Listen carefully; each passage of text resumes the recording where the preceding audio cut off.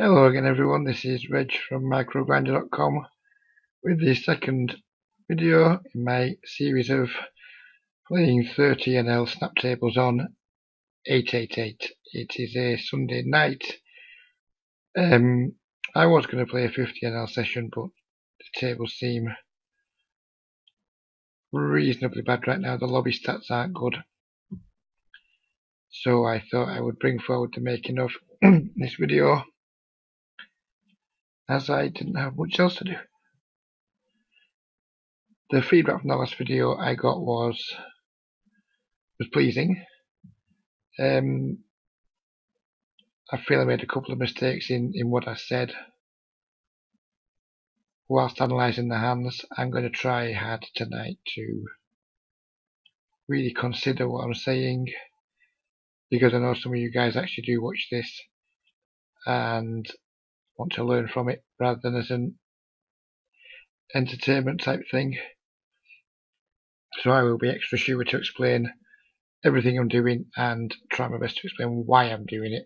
I may sometimes pause the video to go back over some spots if I feel I'm a bit rushed for time to discuss it. If I think something warrants longer discussion, I will pause playing to actually make the point I want to make, rather than try and make the point whilst thinking about future hands or current hands that I'm playing. So that may or may not work in terms of getting lots of content, but hopefully at least the content that I do produce will be an accurate reflection of how I think about poker and how I approach these games, rather than sometimes just using some common poker phrases without really putting much meat on the bones, which for people who are more experienced isn't too bad. For new players, I'm sure it's not very useful just to say I'm going to do this because of this reason and then not really back up what I'm doing with some more in-depth analysis.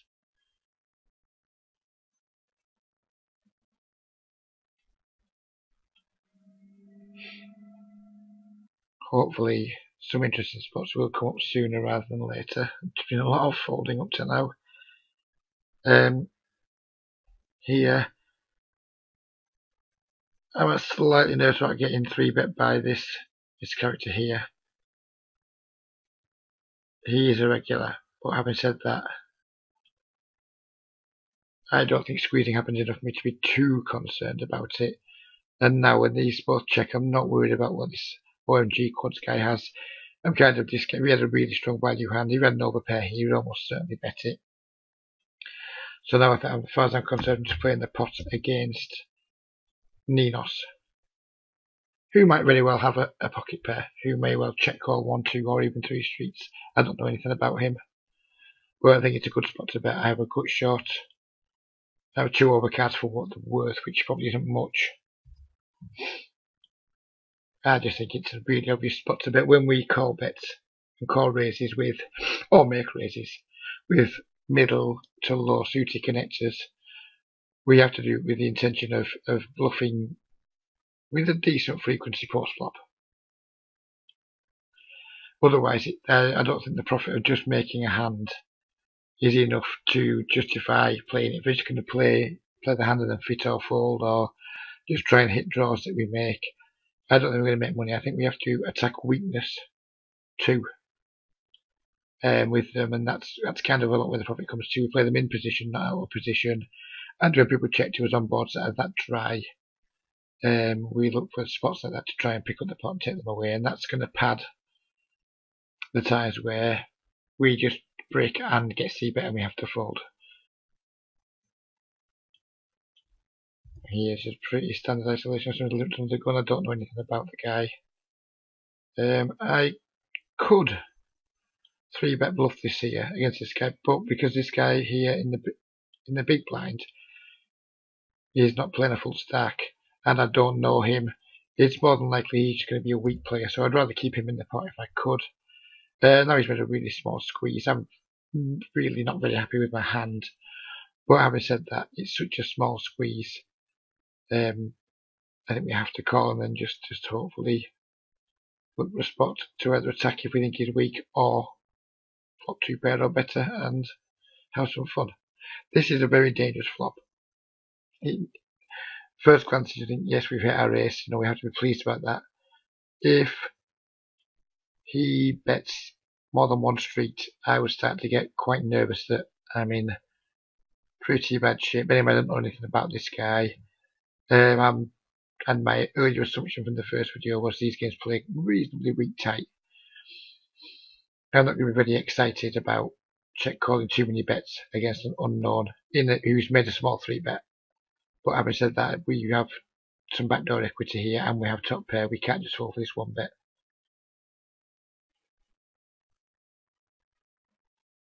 Again, we're just checking here if he bets a reasonable size.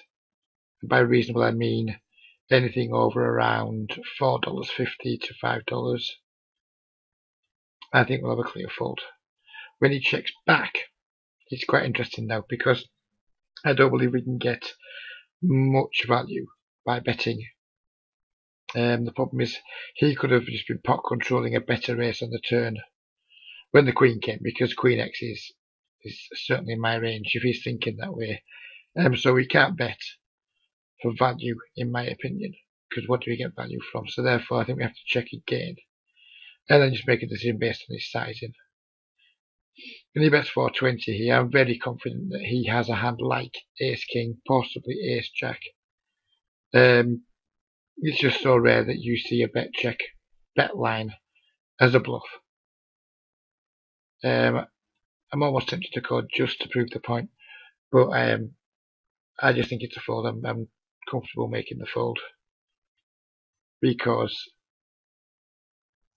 I don't think he's going to have a hand like pocket kings there or pocket jacks and take that kind of line. I kind of look like I've got some kind of showdown value or something I'm giving up on.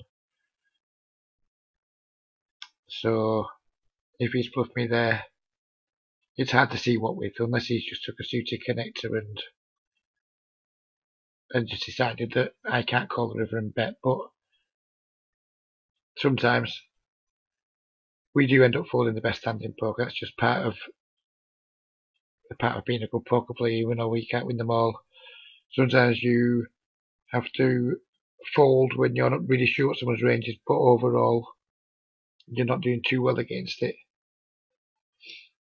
And just live to fight another day, really. I mean, if this guy was to take a similar line with us again, we might want to look him up. If he looks like he might be a regular, we might want to start looking him up just to get a read on what's going on there, because we could be good some of the time. The times we're not good, we're compensated by developing some kind of read on the guy. So it's not all isn't completely lost when we lose money in that pot. But having said that, I'm not about to go make a call the first time I play the pot with the guy just to get a read on somebody who might not be around again in a hurry. Here we 3-bet. This guy just called. I think his range of call is going to be pocket pairs, 2s through 8s, 9s, and some ace highs. I'm going to fire 2 streets here, and then depending on his timing or his actions, how the board runs out, I may or may not fire the river. That would be very much dependent on how the board ran out, if my hand improved at all. And obviously if he was to put any kind of raise in at any point, that would kind of ruin my plans too.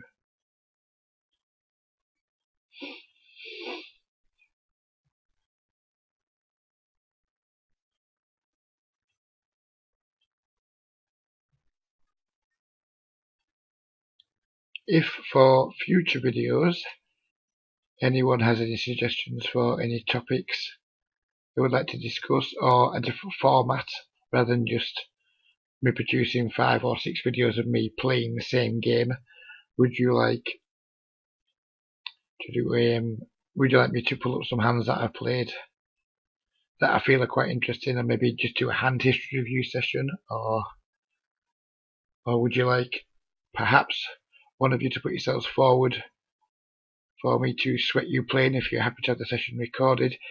These videos, without doubt, they are promotional activity from me. I am a low and unknown micro stakes coach. I am hopefully trying to drum up some business from players who are losing at the micro stakes or struggling to beat them, breaking even, etc. That is sort of the main purpose of me making the videos. I'm not going to hide from that.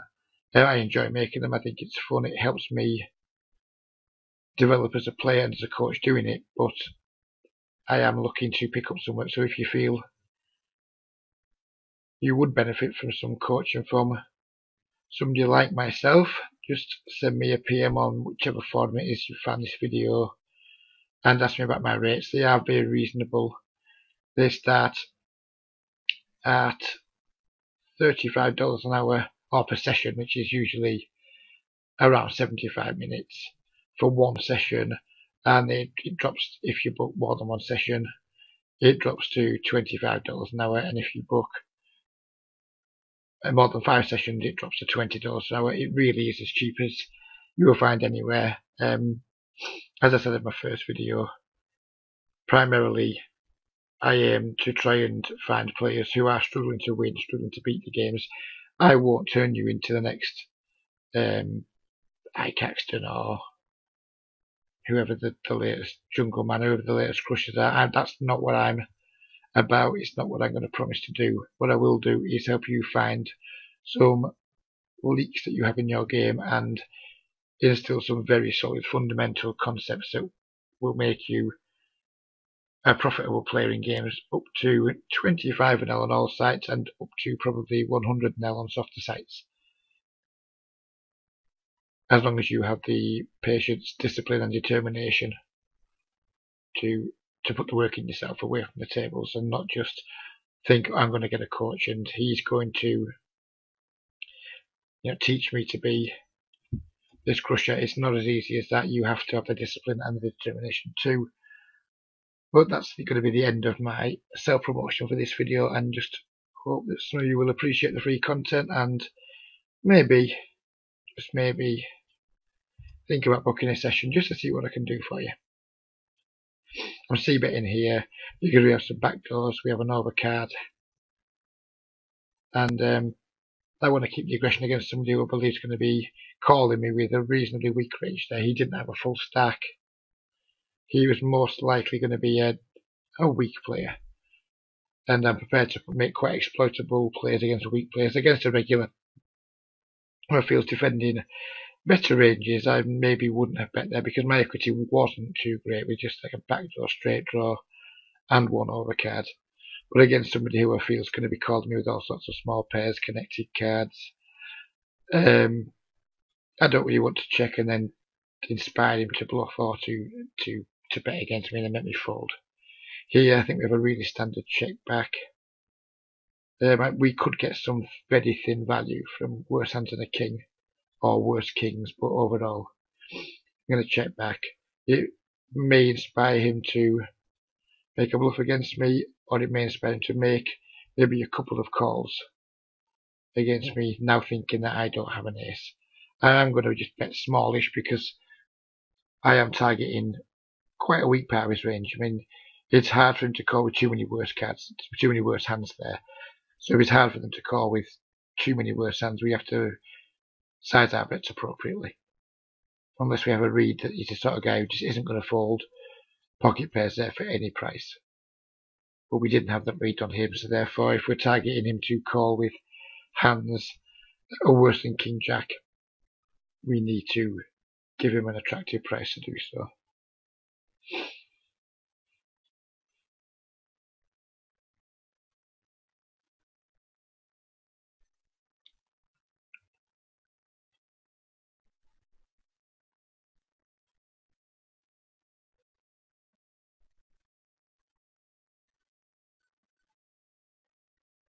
Here, this guy, let's deal with the Ace King suited first. He's a straight 3-bet for value. I don't know anything about this guy at all.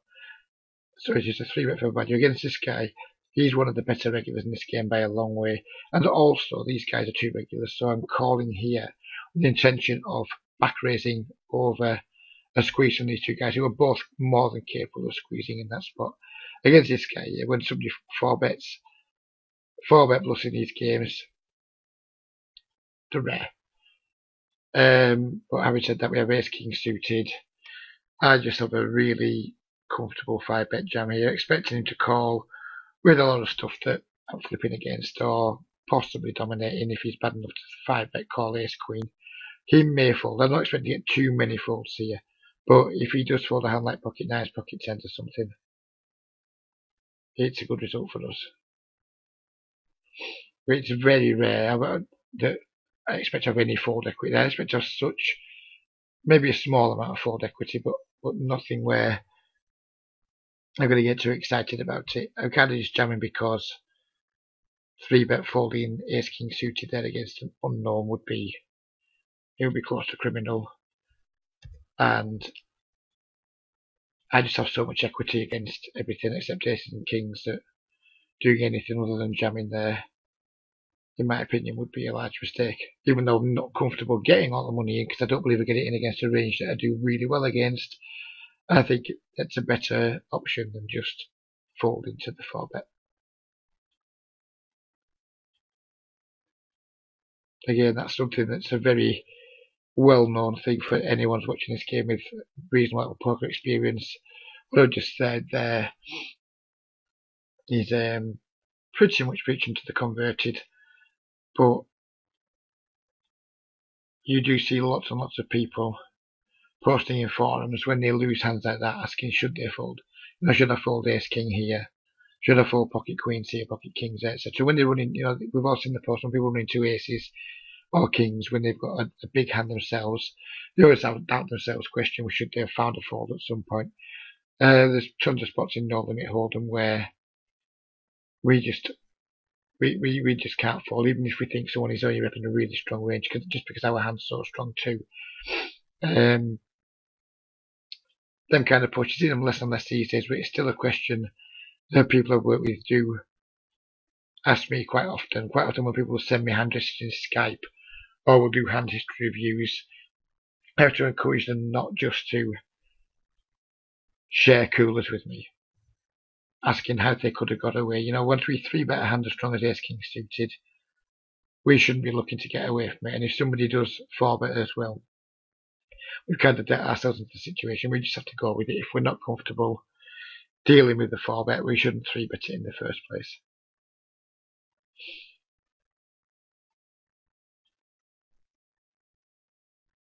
Here I'm going to raise quite big because my hand doesn't play at all well multi-way, especially from the small blind position. And I think I can get plenty of value. This ex-Orochi guy, he's a bad regular. He generally plays a short stack. He's also quite nitty. But when he overcalls, I don't think he's ever got a truly strong hand. And the other two guys, I don't know them at all. That is not a good flop at all for me here. We have very little backdoor equity, and it really does hit hard against someone's limp calling range. It does look and feel a little bit weak tight not to c-bet here, but I don't think it's a profitable c-bet. I really don't. So if it's not profitable, I'm not going to do it. When this guy checks back, it's kind of tempting, like I spotted in the first video, to start trying to bet to make him fold a hand like ace high. But it's whether this guy's going to. I don't know anything about him at all. Australians aren't renowned for finding the fold button too often, so I'm just going to check again. I'm pretty much giving up on the hand. This is the card I could represent. If he's got a hand like ace jack now, ace 10, ace 10, ace 9, maybe pocket 2s, pocket 3s, I could get some folds. So I'm just going to bet just a small amount just to get him to fold hands that aren't made hands but are better than king jack. That is the reason for the bet. I expect to get looked up a fair amount of the time, but I do expect him to fold better hands enough at the time to make it absolutely fine.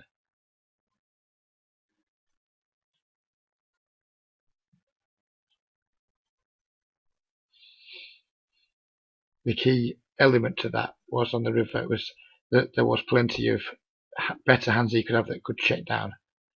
So I kind of don't want to give him a free showdown if he's given up on his hand too, which it would indicate when he's checked back twice on that kind of board. He clearly can't have a hand that he's in love with. And it could be that I've just made him fold a worse hand there. It's hard to see too many worse hands that you could have had, given the board texture. But he could have had some worse hands. But I think he's going to have a lot of ace-x in there and really small pocket pairs. I don't really want to just let him walk into the end zone with them.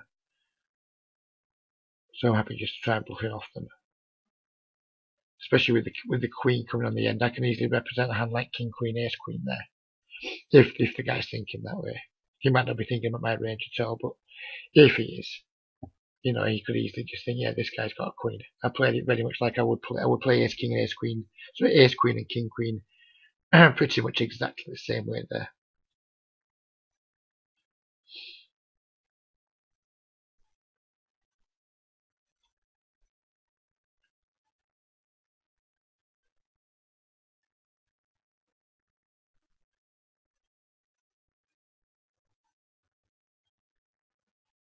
This is one of the better regulars in the game too. If I just had a weaker ace here, I might check back just to disguise my hand strength a little bit. But this guy's capable of having ace, queen, ace, jack, ace 10 here, and taking a very similar line with me. He doesn't get too much out of line with his 3 bets. He does tend to take reasonably passive lines with strong hands from the blinds, which I think is a good play from him because he does a good job of then mixing it up post flop by check raising and having hands that you wouldn't necessarily expect people to have. So he could easily have a decently sized ace there that would just be either check calling me for 3 suits or check raising me. So I have no reason to not bet when I've hit 2 pair against somebody who I believe could have an ace himself a lot of the time. He's not the sort of guy who's going to pop off 3-betting ace, jack, ace, queen. If he just 3-bet his ace-x hands, it's usually going to be, I would imagine, low suited aces and the biggest of aces. He's definitely more than capable of having ace, jack, ace, queen, and ace 10 there.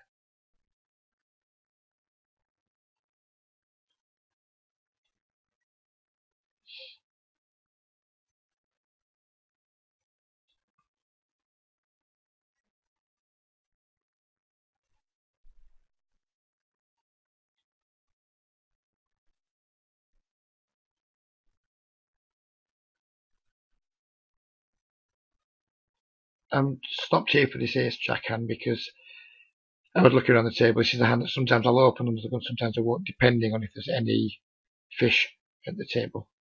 In this table we have 3 regulars, 1 weak tight regular who's not very good, but he's weak tight, and this guy we don't know. So I'm just going to fold the hand. If there was a weaker player in the hand, I would definitely have opened it.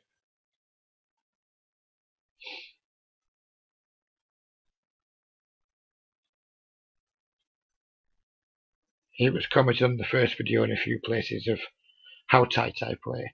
I do play tight. I make no bones about it. I play tight. I coach a tight style. And that was an absolute misclick. I absolutely do not open. How ironic that I said that when I then opened King 5 off from the cutoff.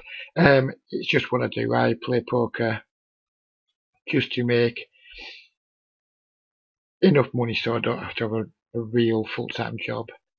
And I just like to play this style. It's something that I can repeat really easily. It's something that makes me consistent.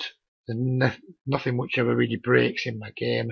I don't have long spells of having to chop and change my style and losing confidence in certain things. It's just something I know it's tried, it's tested, it works. And it's what I coach out to people who come to me for help. If you want to go up and play higher limits, it won't work. This will not work. You would get destroyed at probably 100 L, 200 L. But if you are the sort of player who is currently struggling, playing a loose aggressive style and not winning, perhaps it's worth your while to consider just playing a little bit tighter until you become a winning player, and then starting to add a little a bit more moves, a bit more creativity to your game. If the key aspect is first become a winning player, then start messing around a little bit. I see so many players that come to me with -5 big blind 100 win rates, and they have what looks like reasonable stats. We do the Elite Finder sessions, and in the headline stats, we don't see too much. They'll be like 24, 20 with a 6% 3-bet and etc. And they'll look like pretty solid regulars. But if you're playing more hands pre-flop than your post-up skills allow you to play, all you end up doing is putting yourself in a lot of reverse implied situations or bad situations. And if you don't know what's going on or where to fix them, you end up just repeating the same mistakes time and time again. So to me, the solution to that is to just play tighter and learn to play post-flop from a more solid foundation. And then as your post-flop skills develop, by all means start adding more hands to your range in every position. But for these games, particularly on 888 and possibly on some of the softer Euro sites, I think you can play a 17-13, 16-12, 15-12 type of style and easily have anything between an 8 and 12 big blind per 100 win rate. So what does it matter? In my opinion, does it matter if you're playing really nitty or really expansively? If you're winning at anything from 8 to 12 big blinds, you're doing really well. And then it's just a matter of style and how you want to personally go with poker.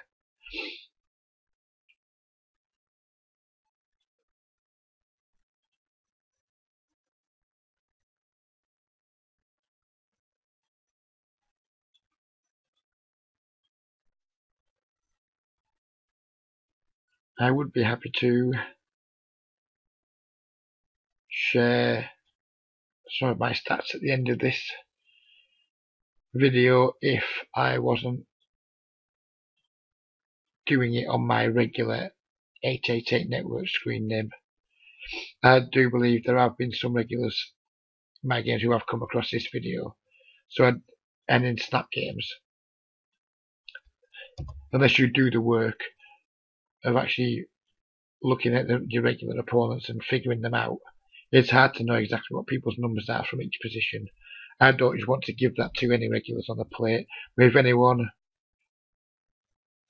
does want to know them, does want to know my stats, just shoot me a PM, give me your Skype details, and I'm more than happy to share them there.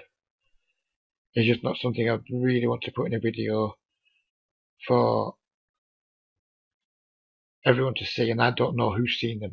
So therefore, I don't know if regulars have seen them or not. I don't know if people are going to then make adjustments against me. At least if I know who's seen them, or control a little bit more who sees them, I'd feel more comfortable doing that. But needless to say, they are pretty tight. I think over my last 100,000 hands, I am running around 16-12ish. With a 3-bet of around, I think it's about 6%, something like that from the top of my head. And given the action I get on this site from regulars, plenty of them clearly can't realise that I am that tight, because some of the action I get just sometimes boggles my mind. Because if they knew what my ranges really were, I wouldn't get half the action I do get.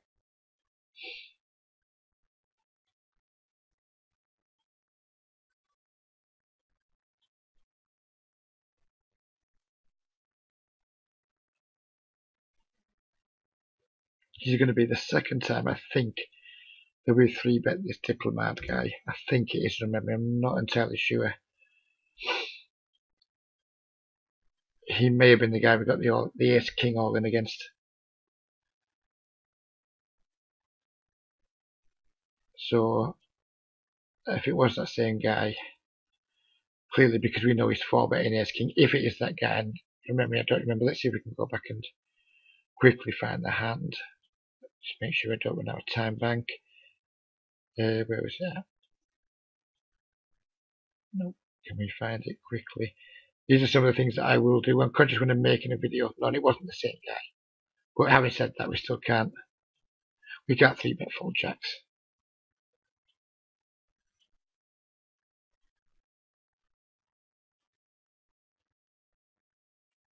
And that backs up my point I was making earlier of I don't expect people to be 3-bet folding very much. Sorry, 4-bet folding very much at all. But it does happen, which is why we can never back away from hands like Ace King, should we 3-bet them, and Pocket Queens, etc. Because we do get some folds some of the time, which compensates us somewhat for the times that they do have the hand that's represented. Here we've obviously flopped a really strong hand in a squeezed pot. Now it's just a matter of sizing and how to try and get all the money in by the river. I won't be folding this at any point unless the board runs out like Jack 10 or Jack Queen. So I'm going to start just by betting under half the pot, because we can easily get the money all in with 3 bets of around this size. That's not a great turn card.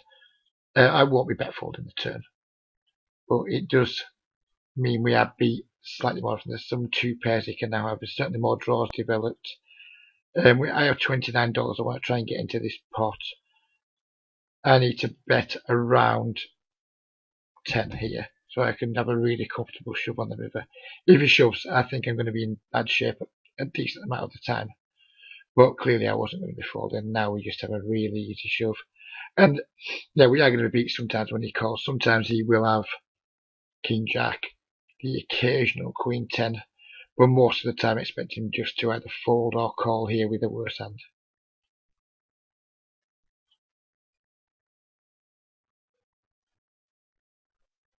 And there we go, folks. We've had some guy there. People say poker's dead. We've had some guy there who's just shipped over 100 big blinds into a pot with King 6, which is clearly very nice for us. That's a spot where typically I'll see people checking back, citing it's hard to get called by a worse line. I think that's one of the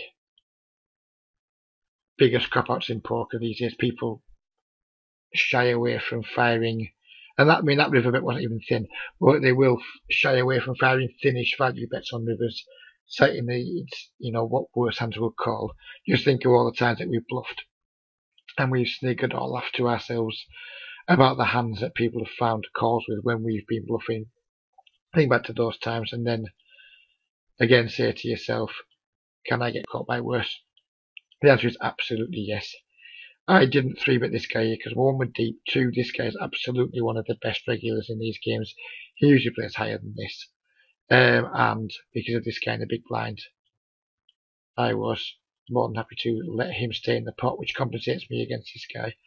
Now, because he's checked, I'm just going to fire 2, possibly 3 streets, because I think his range for check calling this boy is going to be Ace King, Ace Queen, maybe some pocket pairs. But basically his range is quite weak. That's a great card for us on the turn. It gives us some extra equity. And I am just going to fire 3 streets now. And if the guy is slow playing a biggish hand against me, well, fair play to him. This is a typical spot that I've just been talking about being afraid to go for thin value. And this is now starting to get thin against a good player. So I'm going to bet fold $4 here and hope that he finds a call with a worse hand. But this is thin. And if he raises, I clearly can't call.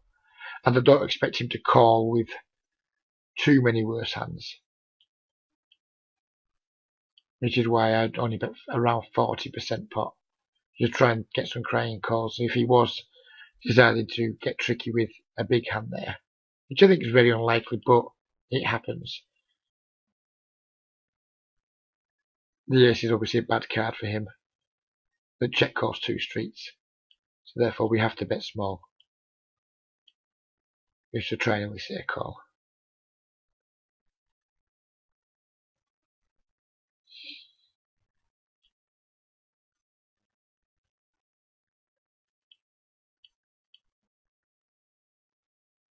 Yeah, I'm going to bet really quite big because there's tons of draws that can call us here.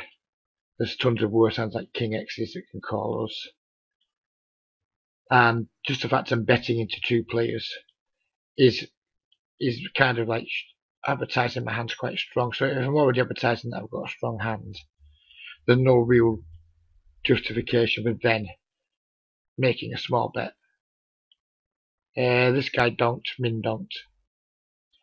I just raised him just basically because I treat it like a check, so therefore I'm just going to see bet my 2 overs when he calls and then donks this turn. There's absolutely nothing I can do. I will never stop reading this note because I sometimes can be a little bit offensive in the notes. He's donked river trips there. For example, now he's gone from making a min donk to a more sizable donk, which suggests he's probably got more value hands there than he has bluffs. So yeah, I'll just fold to him. I would have been less inclined to fold a made hand, but when it's just king high, there's really not a lot I can do.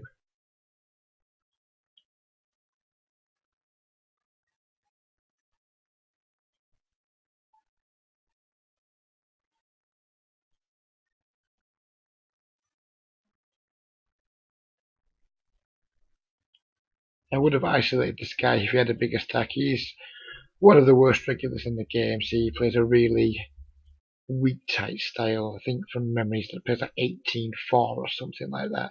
He regularly just limps, calls, check folds, but his stack is so small. It's barely worth isolating him, but I will complete just because this guy is unknown and could be a bad player. So for the price of a small blind, I think it's absolutely fine to complete there.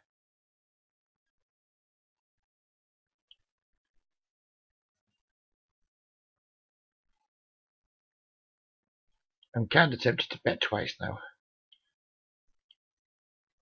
just because I feel that neither player has anything, but they could both have higher than queen high.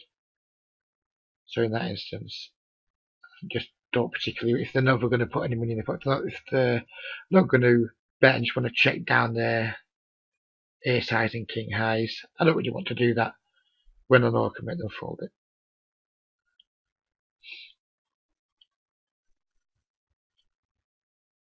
Here, just making a pretty routine c-bet against this guy. He's a good player. I don't expect him to make too many mistakes against me, so I wouldn't be going barreling off there. But the board was dry, so I think it's a fine c-bet. And now I'm just going to start value betting, fold into a raise. And this is wonderful when I will check back because it's just really hard for a player this good to call me with the worst hand. So I'm just going to check back now and hope to win. Quite surprised he turned up with a hand as weak as that there. But as I said earlier, it just demonstrates to me that people really aren't that aware of just how nitty I am. Because him to call 2 barrels of mine there with a hand as weak as 5-4. So be bluff catching against me when typically I don't do an awful lot of bluffing, particularly against regulars.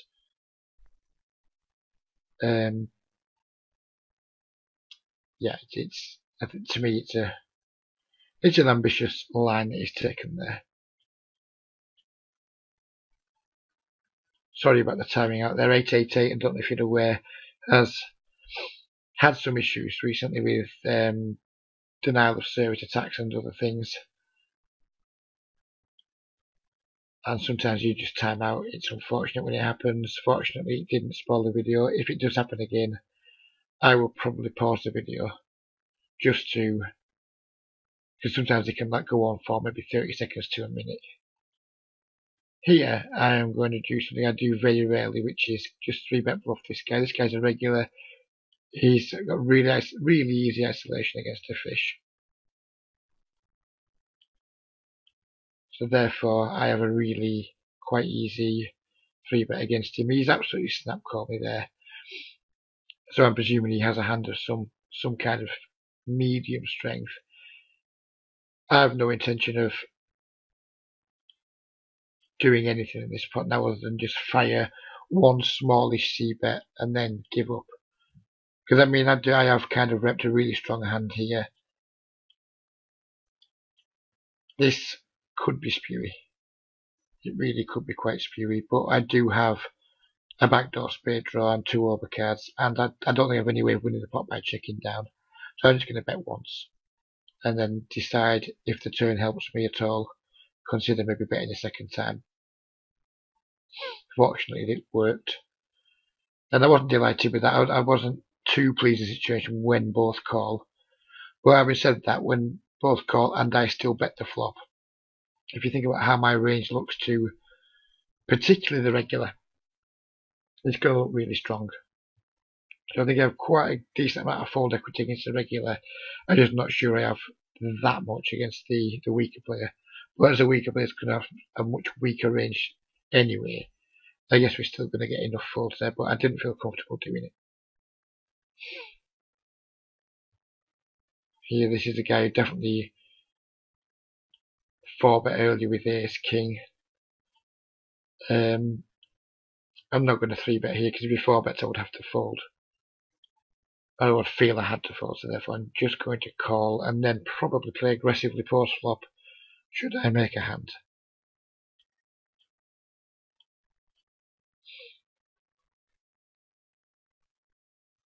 When he checks back this board, and it's a player that I assume to be reasonably aggressive, I don't think he'll have a king too often. So now I'm just going to bet twice because number one, I think I can get plenty of folds. And number two, I do have some equity. Now this raises quite an interesting point. It's like a PLO concept of where I am blocking the nuts. So I'm tempted to go for a check raise on this river because I don't believe he's going to fold Jack X too often to me.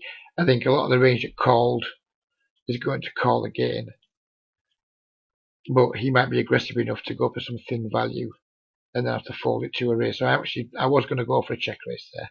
Unfortunately, he didn't have a hand he could value bet thinly. He may well have got into betting against that exact hand would have been the best play, but obviously we don't know that. We don't know what his hand is. Against his range there, I feel going for a check raise there would be a good thing to do when we block the nuts. If anyone would like that explaining more, please ask in whichever thread it is you read this from. Please do ask because it's something I'd be more than happy to discuss.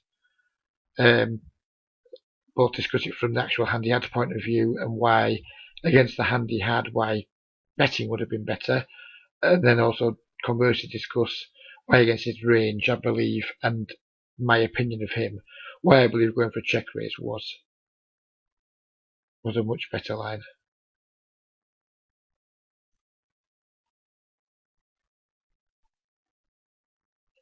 And we may, I thought for a second that we may have been timing out as both tables at once appeared to be frozen, but we're not. We said to people time banking.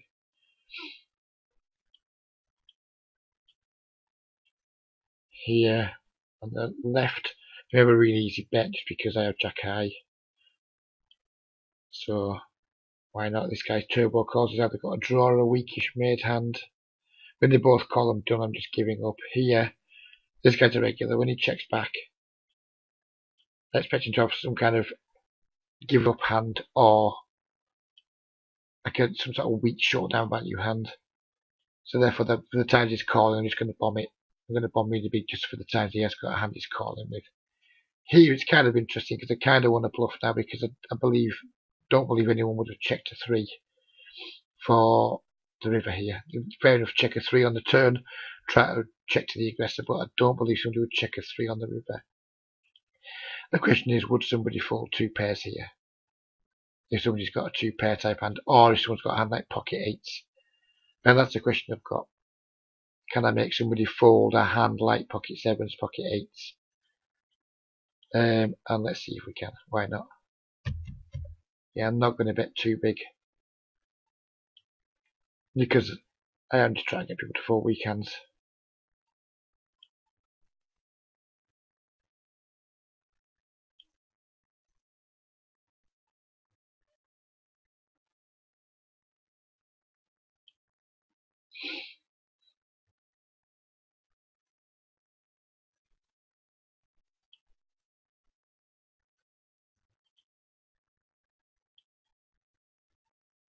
mean, I'm aware with that Jack-9 hand, but against a good player, I don't represent very much at all on that board. I mean, there's not that many straights I can really have.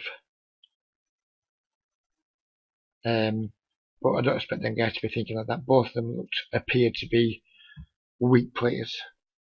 Here against this guy, I'm just going to float. We have a pair. It's far from likely to be the best hand.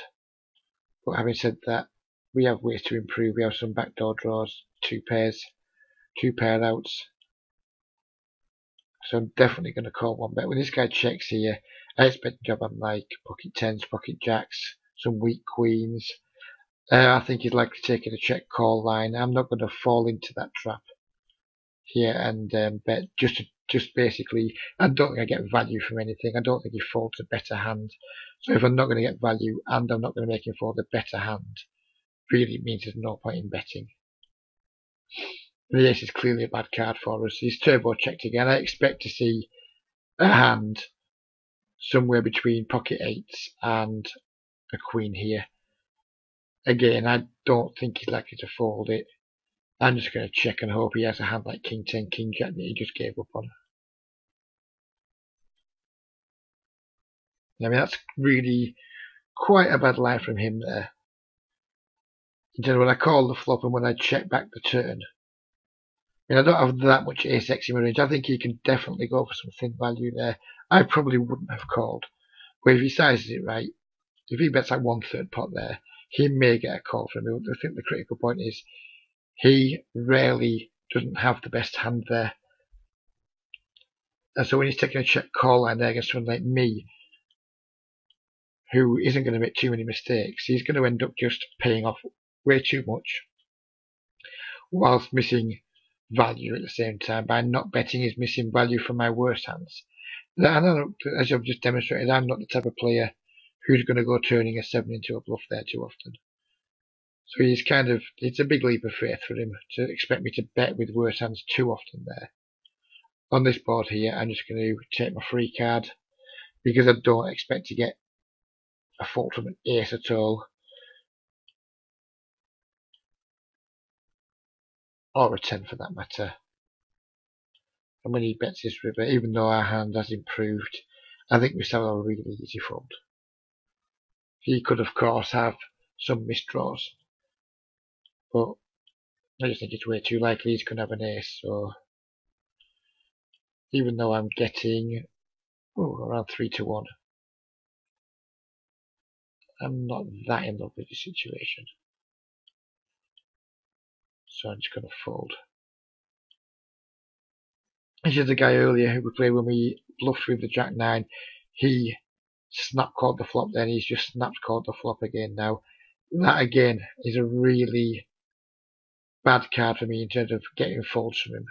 It hits a lot of his straight draws that he's called with. He can have two pairs now, he can have a lot of straights. He could have picked up more outs if he does have some kind of draw that's now picked up flush outs too. Crucially, I don't think I'm going to get any folds or enough folds. And it's a shame if he checks down 4x here, for example, ace 4 or something. It's a shame because he probably would fold that. And that's exactly the sort of hand that it's a shame that because I could have got him to fold that hand. But I just thought the 5 was really quite bad for me. And the critical thing about this one was we were out of position. And we didn't have the benefit of seeing him check to us on 3 streets. So therefore, with him being out of position, we don't know how he's going to respond to that river. We're first to go. Had he checked me on that river and taken the same line shot last time when he check folded the river, I probably would have bet. But because I'm out of position, it really puts a different slant on the hand. It makes it a lot more harder to play. And I'm happy with the way I played the hand, even though I could have made him fold. I'm happy with the line I took.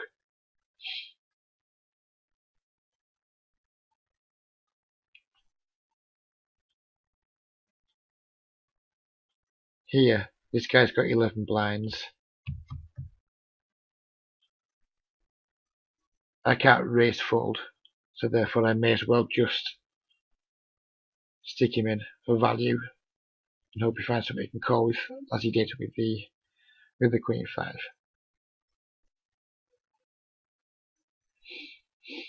Had he had a larger stack there, I would say $6 or $7, I would just have made a more standard size open.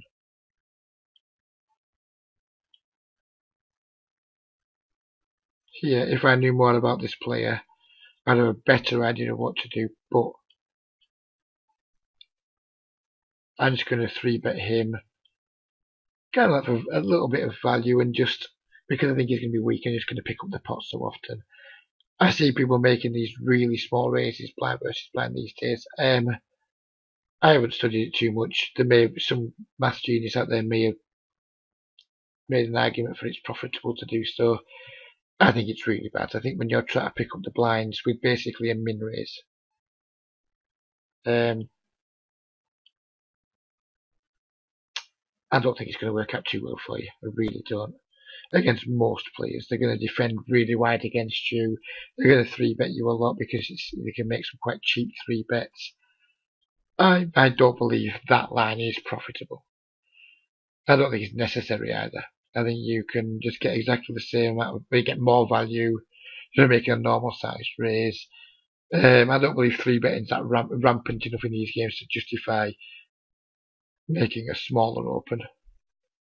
Which is kind of the reason for doing it. The kind of reason is to so we lose less when we're folding, so we can call more 3-bets, etc. I don't believe 3-betting's anywhere near rampant enough to make that size in.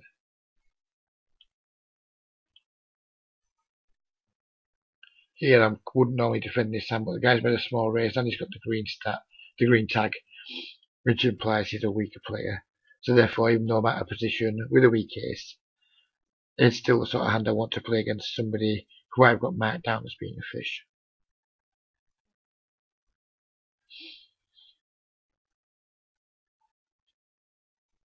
Right, so I think we'll just go around to our blinds from here.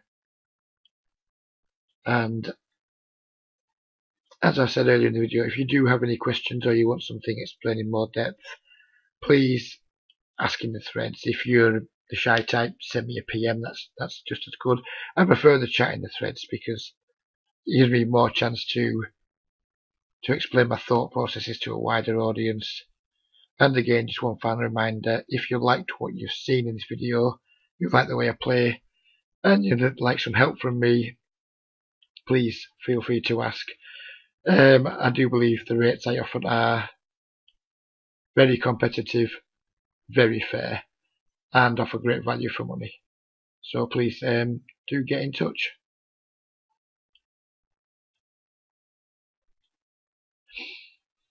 I could have isolated there with Jack Queen suited, and now I kind of wish I had. I wasn't. It was kind of I rushed it a little bit.